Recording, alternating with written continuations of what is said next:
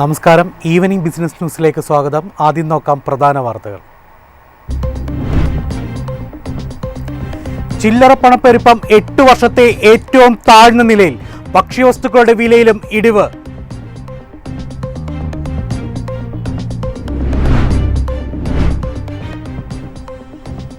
Cement വില വർദ്ധിക്കും. പ്രതീക്ഷിക്കുന്നത് 7 മുതൽ 8% വളർച്ച.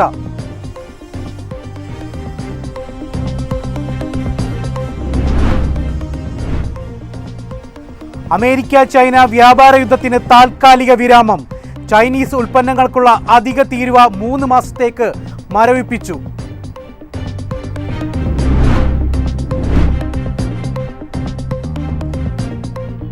നേരിട്ടുള്ള നികുതി പിരിവ് ഇടിഞ്ഞു. വാർഷികാടിസ്ഥാനത്തിൽ രേഖപ്പെടുത്തിയത് 3.95% കുറവ്.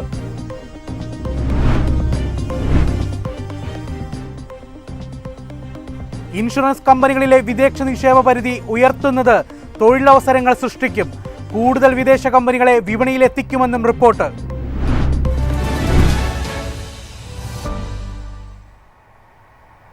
വാർത്തകൾ വിശദമായി. ഇന്ത്യൻ ഓഹരി വിപണി നഷ്ടത്തിൽ വ്യാപാരം അവസാനിപ്പിച്ചു. സെൻസെക്സ് 368 പോയിന്റ് ഇടിഞ്ഞ് 80,235-ലും നിഫ്റ്റി 97 പോയിന്റ് ഇടിഞ്ഞ് 24,487-ലും ക്ലോസ് ചെയ്തു. സെൻസെക്സ് ഓഹരികളിൽ Maruti, tech Mahindra, Mahindra and Mahindra, NDPC എന്നിവ നേട്ടമുണ്ടാക്കി. അതേസമയം Bajaj finance, HDFC bank, Eternal, Bajaj Finserv, ICICI bank, Bharat electronics എന്നിവ നഷ്ടത്തിൽ വ്യാപാരം അവസാനിപ്പിച്ചു. സെക്ടർ സൂചികളെ നിഫ്റ്റി, ഫാർമ, മീഡിയ, ഓട്ടോ എന്നിവ 0.50 മുതൽ 0.70% വരെ നേട്ടമുണ്ടാക്കി. BCA മിഡ് ക്യാപ് സൂചിക 0.42% താഴ്ന്നപ്പോൾ സ്മോൾ ക്യാപ് സൂചിക 0.04% ഉയർന്നു. ജൂലൈയിൽ ചില്ലറ പണപ്പെരുപ്പം 8 വർഷത്തെ ഏറ്റവും താഴ്ന്ന നിലയിൽ. ഭക്ഷ്യവസ്തുക്കളുടെ വില കുറഞ്ഞതിനെ തുടർന്ന് പണപ്പെരുപ്പം 1.55%.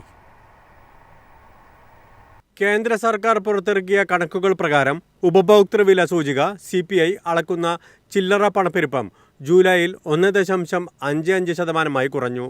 കാർഷിക പ്രവർത്തനങ്ങളിലെ പുരോഗതിയും ഭക്ഷ്യവില കുറഞ്ഞതുമാണ് പണപ്പെരുപ്പത്തിലെ കുത്തനെയുള്ള ഇടിവിന് കാരണം.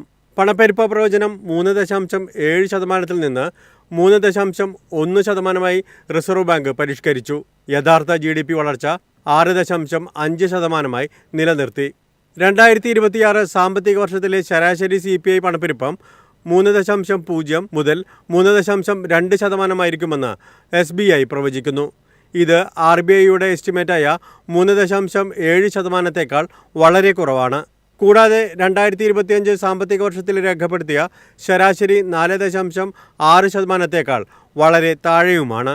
2026 സാമ്പത്തിക വർഷത്തേക്കുള്ള പണപ്പെരുപ്പ പ്രവചനം ജൂണിൽ പ്രതീക്ഷിച്ചതിലും അനുകൂലമാണെന്ന് RBI ഗവർണർ സഞ്ജയ് മൽഹോത്ര നിരീക്ഷിച്ചു.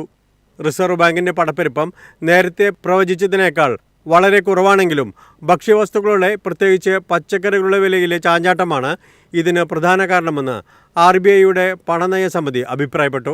പ്രതീക്ഷിച്ചതുപോലെ കോർ പണപ്പെരുപ്പം ഏകദേശം 4% സ്ഥിരത പുലർത്തുന്നു.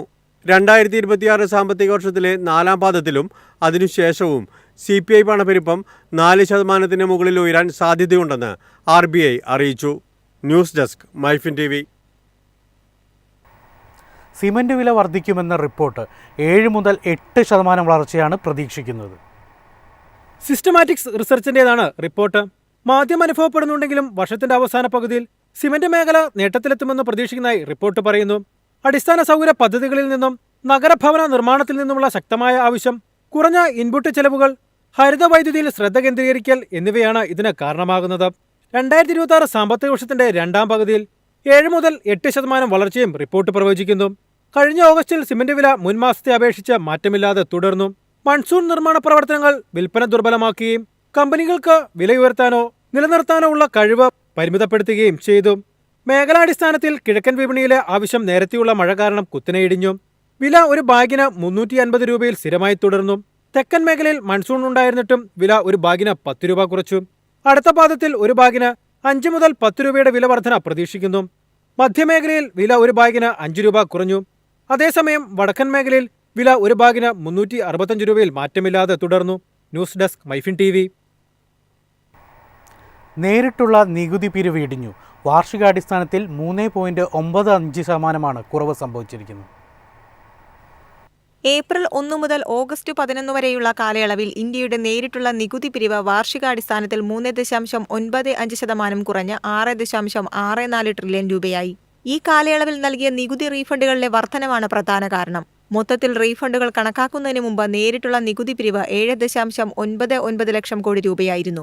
കഴിഞ്ഞ വർഷം ഇതേ കാലയളവിൽ ശേഖരിച്ച 8.14 ലക്ഷം കോടി രൂപയിൽ നിന്ന് 1.87% കുറവാണുള്ളതെന്ന് ICRA ലിമിറ്റഡിന്റെ ചീഫ് ഇക്കണോമിസ്റ്റ് അദിതി നായർ പറഞ്ഞു.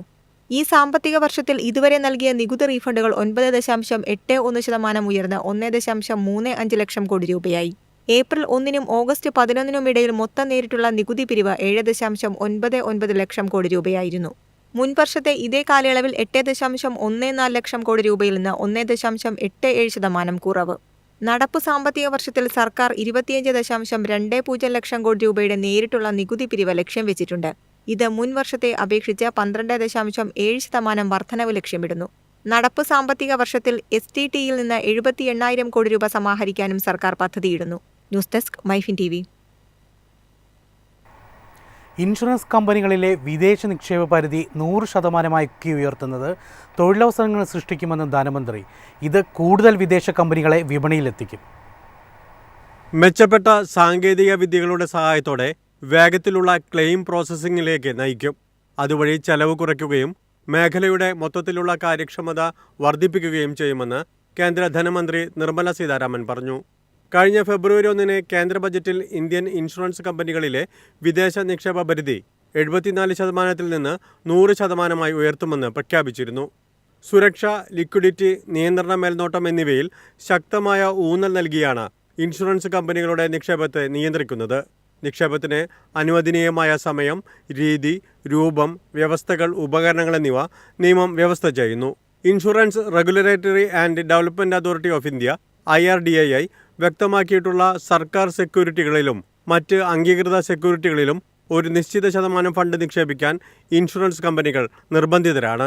ഇന്ത്യൻ ഇൻഷുറൻസ് കമ്പനികൾക്ക് അവരുടെ ഫണ്ടുകളിൽ ഏതെങ്കിലും ഇന്ത്യക്ക് പുറത്ത് നിക്ഷേപിക്കാൻ നിയമം അനുവദിക്കുന്നില്ല. അതിനാൽ ഇൻഷുറൻസ് കമ്പനികളുടെ എല്ലാ ഫണ്ടുകളും നിർബന്ധമായും ഇന്ത്യയിൽ നിക്ഷേപിക്കണമെന്ന് നിർമ്മല സീതാരാമൻ രാജ്യസഭയിൽ നൽകിയ മറുപടിയിൽ പറഞ്ഞു. News desk MyFin TV. മൊത്തവില പണപ്പെരുപ്പം 2 വർഷത്തെ ഏറ്റവും താഴ്ന്ന നിലയിൽ. ഭക്ഷ്യ ഇന്ധന വിലകളിലെ ഇടിവാണ് പണപ്പെരുപ്പം കുറയാനുള്ള കാരണമെന്ന് യൂണിയൻ ബാങ്ക് ഓഫ് ഇന്ത്യയുടെ റിപ്പോർട്ട്. ജൂലൈയിൽ ഇന്ത്യയിലെ മൊത്തവില സൂചിക 2 വർഷത്തെ ഏറ്റവും താഴ്ന്ന നിലയിലേക്ക് എത്തിയതായി യൂണിയൻ ബാങ്ക് ഓഫ് ഇന്ത്യയുടെ റിപ്പോർട്ട്. ജൂണിൽ 0.13% നിന്ന് ജൂലൈയിൽ മൊത്തവില സൂചിക 0.45% കുറഞ്ഞതായി കണക്കാക്കപ്പെടുന്നു. ഇത് 2 വർഷത്തിനിടയിലെ ഏറ്റവും താഴ്ന്ന നിലയിലാണ്. മൊത്തവില പണപ്പെരുപ്പത്തിലെ ഈ ഇടിവ് ചില്ലറ പണപ്പെരുപ്പത്തിലെ പ്രവണതയെ പ്രതിഫലിപ്പിക്കുന്നുവെന്ന് റിപ്പോർട്ട് അഭിപ്രായപ്പെട്ടു. ഭക്ഷ്യവസ്തുക്കളുടെയും ഇന്ധനത്തിന്റെയും വില ഒഴിവാക്കുന്ന കോർ WPI ജൂണിലെ 1.06% നിന്ന് ജൂലൈയിൽ 1.50% ഉയർന്നു. ഭക്ഷ്യവിഭാഗത്തിൽ പാൽ, പഞ്ചസാര, മറ്റു ഭക്ഷ്യവസ്തുക്കൾ, മുട്ട, മത്സ്യം, മാംസം എന്നിവയിൽ പണപ്പെരുപ്പം വർദ്ധിച്ചു. ധാന്യങ്ങൾ, പയറുവർഗ്ഗങ്ങൾ, പഴങ്ങൾ, സുഗന്ധവ്യഞ്ജനങ്ങൾ, എണ്ണകൾ എന്നിവയിലും വർധനവുണ്ടായി. കഴിഞ്ഞ ഫെബ്രുവരി മുതൽ പയറുവർഗ്ഗങ്ങളുടെ വാർഷിക പണപ്പെരുപ്പം നെഗറ്റീവ് സോണിലാണ് എന്നത് ശ്രദ്ധേയമാണ്. അധിക US വ്യാപാര താരിഫുകളും നിലവിലുള്ള ഭൂരാഷ്ട്രീയ സംഘർഷങ്ങളും മൂലമുണ്ടാകുന്ന അനിശ്ചിതത്വങ്ങൾ കാരണം ആഗോള ഉൽപ്പന്ന വിലകൾ അസ്ഥിരമായി തുടരാമെന്ന് റിപ്പോർട്ട് മുന്നറിയിപ്പ് നൽകി.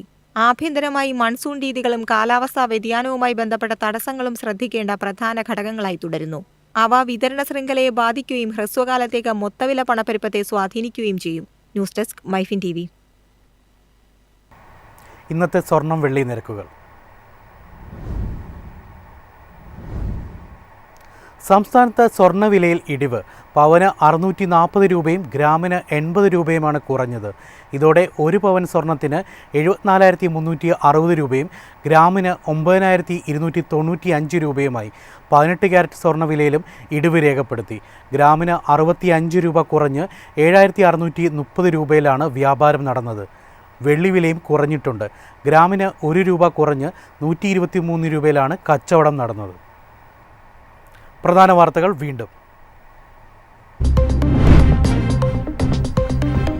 ചില്ലറ പണപ്പെരുപ്പം 8 വർഷത്തെ ഏറ്റവും താഴ്ന്ന നിലയിൽ.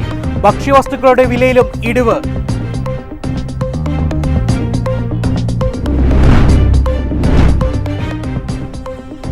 സിമന്റ് വില വർദ്ധിക്കും, പ്രതീക്ഷിക്കുന്നത് 7 മുതൽ 8% വളർച്ച.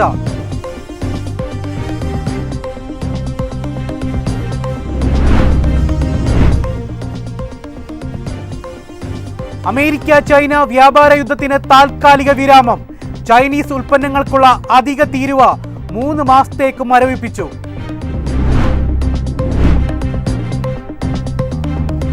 നേരിട്ടുള്ള നികുതി പിരിവ് ഇടിഞ്ഞു.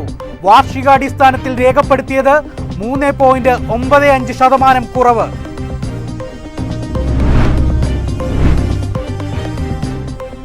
ഇൻഷുറൻസ് കമ്പനികളിലെ വിദേശ നിക്ഷേപ പരിധി ഉയർത്തുന്നത് തൊഴിലവസരങ്ങൾ സൃഷ്ടിക്കും. കൂടുതൽ വിദേശ കമ്പനികളെ വിപണിയിൽ എത്തിക്കുമെന്നും റിപ്പോർട്ട്.